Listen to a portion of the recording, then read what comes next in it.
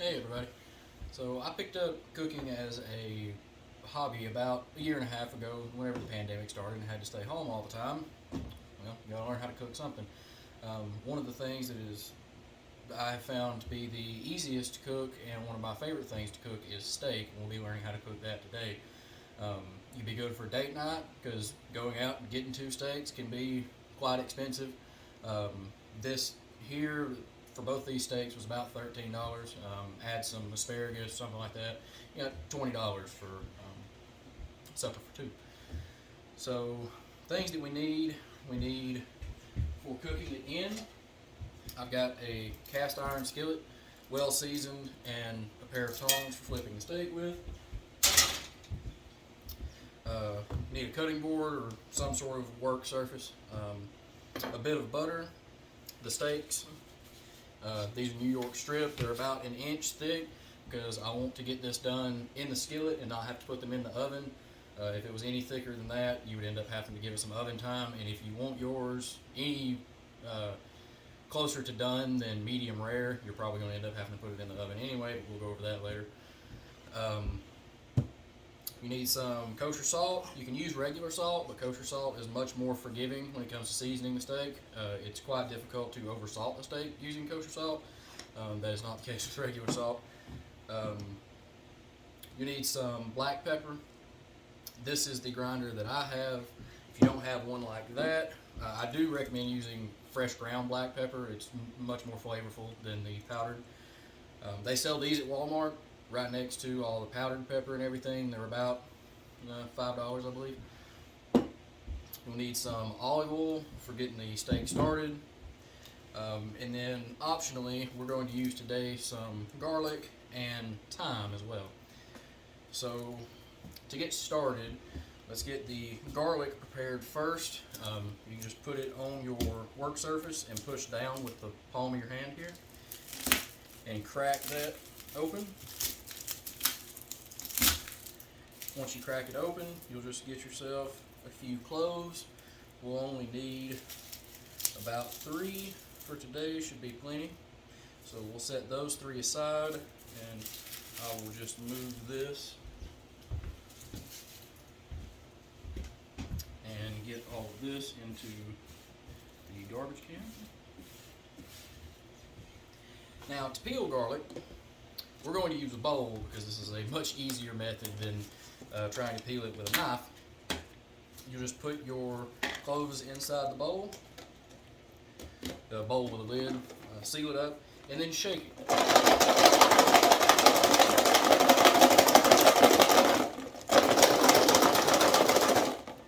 After doing so, you will find that your garlic is perfectly peeled and no longer has any skin on it. Now, we'll get this out of our way. As for the thyme, I recommend using fresh thyme. You don't have to. You can use dried, but for the way that we're going to be using it in the skillet today, having it still on the sprigs like this is great.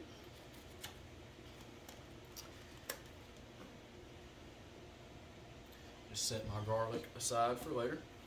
And as for the steaks to get started, I'm going to set those on my cutting board here.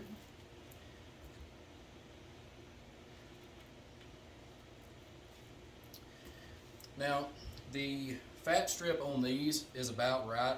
If it was any thicker than this, or if it had any chunks hanging off of it, I would want to trim those, but these look alright the way they are. I'm going to start by drying these off a little. You want to get as much of the slime that you can off of them. So I'm just going to pat these down with a paper towel on both sides.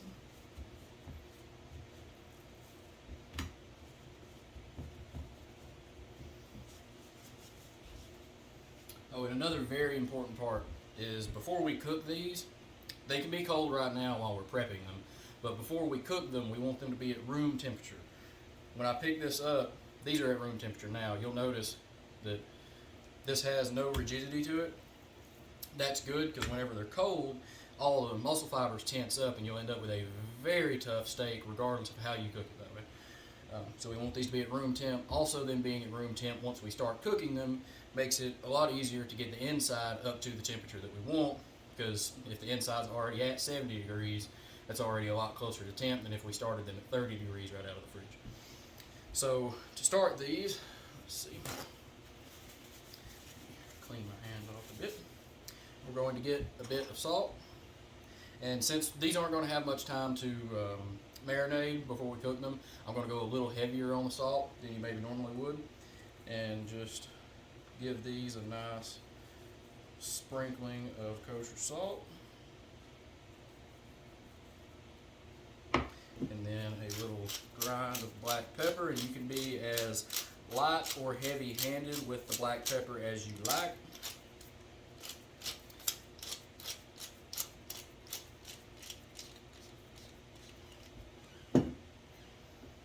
And then we'll just flip them over,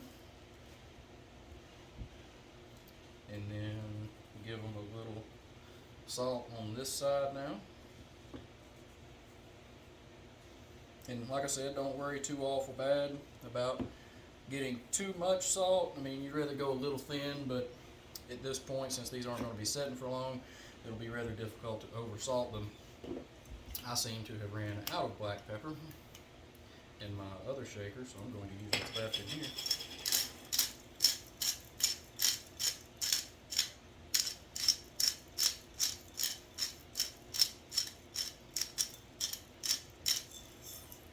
And this is the nice thing about cooking. You can make mistakes and still turn out with a good meal. So we'll just pat this down well. And we're going to leave these to marinate, and I'll be back in probably about 15 minutes. We'll let these sit. Okay, so these have been setting for about 15 minutes. Now we're going to prep the skillet to get it ready. I'm going to turn my temperature up to about medium. And then I'm going to put just a little olive oil in the skillet, just enough to cover the bottom. Now it just looks like a small spot in the skillet now, but once this skillet heats up, that oil will thin out and cover the whole bottom of the skillet. Okay, so now we're ready to cook the steaks. Just real quick before we start, a couple of things that I forgot to mention earlier is I will be using a meat thermometer to make sure that they are at the temperature that I would like them to be. And I will be using a piece of tin foil to cover the skillet with, to trap some heat in there to get these to cook a little faster. I don't know if you could see that, but there's some smoke rolling out of the skillet. That lets me know that my oil is hot enough to start cooking. Now that the skillet is to the temperature that I want it to be at, I am going to turn my heat down just a little. Medium on mine is 5. I'm going to turn it down to about 4. And then just before I put the steaks in, I'm going to grab the skillet and just roll it around a little bit to make sure that the oil is covering the entire bottom of the skillet. And then I'm just going to take my steaks and drop them in the skillet.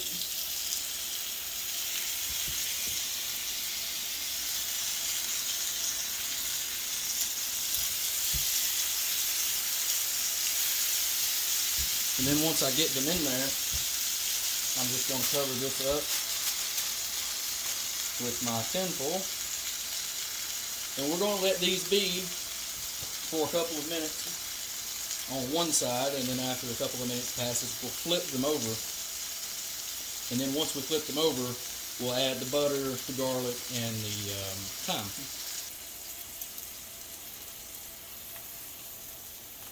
Okay, that's got some more color to it, so we're going to go ahead and flip this over. See, we've got some nice color forming.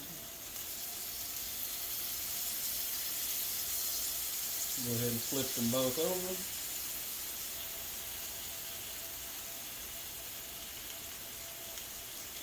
Now that we've flipped them, we're going to add our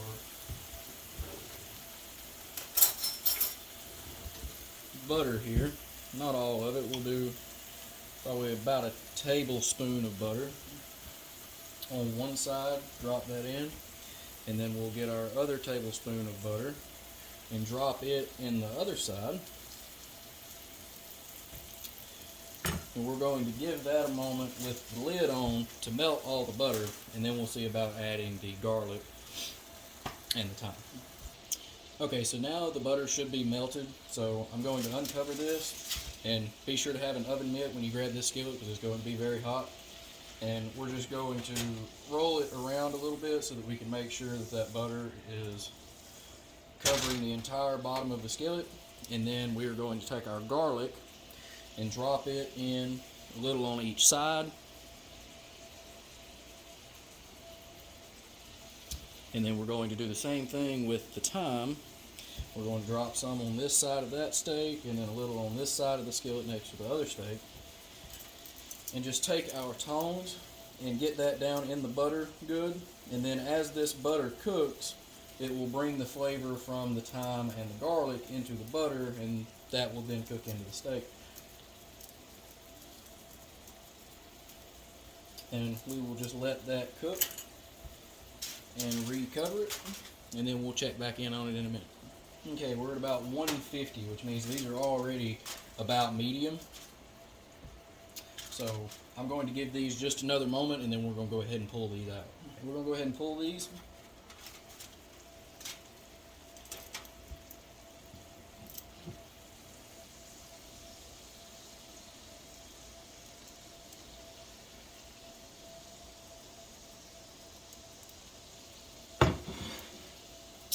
Be sure to turn your skillet off, and then you can just cover it while it cools down. And we'll take these back over to the cutting board and have a look at them. Alright, so now that we've got these back to the cutting board, let's cut into them and see how they look.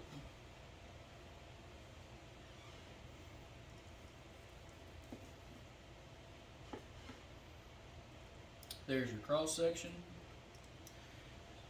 Nice medium. It's still got plenty of pink along the center, but not solid red, and it's not bleeding. So this would be great for anyone that loves medium steak.